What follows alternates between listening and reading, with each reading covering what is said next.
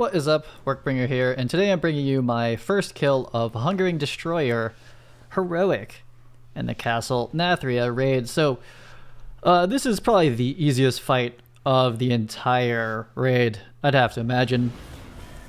It doesn't mean I can't do a really wonky pull and then pull him out of that. Anyway, two tanks, of course. You essentially swap on that overwhelming attack there. Though it takes a little bit for us to get the cadence. Growing Hunger, I'm going to do another Overwhelm. And I think the other tank had it. It was a little awkward. It's the first time we were doing this one. We do one-shot this, so the cadence isn't like perfect, but it's working out fine. So now he has the Overwhelm, and we have these circles, and I have the boss, and we spread out. I think that went okay. You don't necessarily need to soak that orb, but I did. I'm taking back the boss because there was another overwhelm. So these overwhelms are like very quick. It's like almost as soon as your taunt is off cooldown, you're going to be using it. Yeah, basically that's what it is, right? Boom. And then that means that he has it. So it's basically that the entire fight as far as tanking goes. There's a chance that you get the little arrow above you, and that is like where the fault line will go. That'll like kill everyone that's in it. You won't really die too hard, but it'll kill everyone else.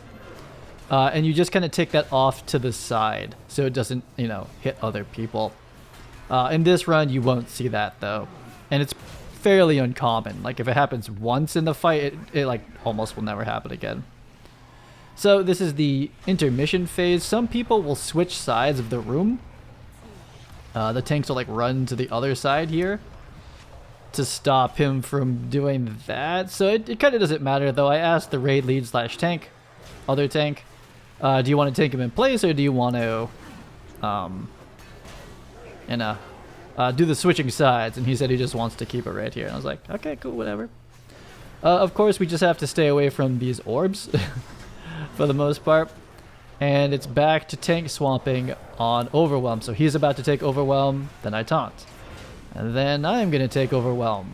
And also don't stand on a blue ball and don't, overlap people. So we're in a bit of a bad place here. I'm going to take the Overwhelm there. And yeah, so we're... other tank is like, hey, let's start pulling him away. I'm like, that's okay, probably. So I just kind of follow them.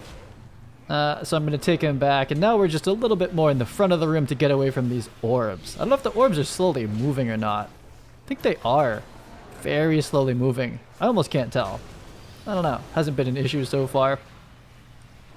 We got a spread. This is the sketchiest spread of all of them. Went okay. I think he's about to get the Overwhelm. Boom. I take him back. And Hungering Destroyer. Yeah, not too difficult for the tank one. It's a pretty straightforward one. It gets a little sketch if I get the fault line and I'm supposed to taunt, but it's not that bad. I mean, compared to like Zymox or something like that. The mechanics are pretty forgiving. As long as I don't like distance, I'm not too far to be healed. And again, I have Omega defensives and self-healing too for the most part. A warrior tank would need to be a little bit more cognizant of if they get too far from the healer.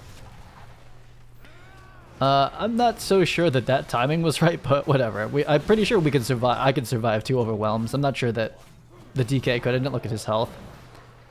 But yeah, using Ardens, and yeah, that's this fight. Really not a ton to talk about. It's a good confidence booster. Honestly, Shriek is harder because there's kind of like RNG where like you kind of guess where the bouncing echoes are gonna go, and sometimes you just end up in like kind of an extremely difficult dodge, and I'm pretty slow, so I honestly find Shriekwing Heroic a little harder than this boss. This boss is not too bad at all. I mean, it looks quite easy. It helps that my gear level is pretty high for Heroic, so even if I like kind of eat a mechanic in a half, like if I take this and an orb, I'm probably not gonna die. And then I can heal, right? I'm still sitting... I think I took an orb there. I don't know.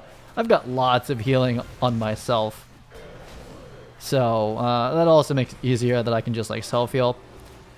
Not much more to say. I will say that as a Protection Paladin, I have changed my stance on talents quite a bit lately, both from rating and from Mythic Plus. So I'm now using, I forget the name, it's the you have 2 judgment stacks, is really good. I really like that. Over First Avenger even, which is crazy because I'm kind of like a Divine Toll tank normally. And I've gone Repentance, actually. Repentance in Raid is absolutely useless, but I've been testing it in Mythic Plus, and it'll be showing up in my routes that I use Repentance like crazy now, and it's going to help smooth out some of the big plus 14s and 15s I'll be going for hopefully soon.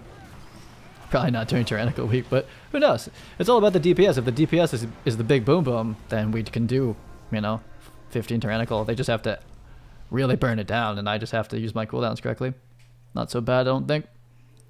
I get no loot, but I don't really need a ton from this raid anyway. I only need loot from Sun Kings, and that was Hungering. If you wanted to see what that looked like as a prop pal, see you on the next one.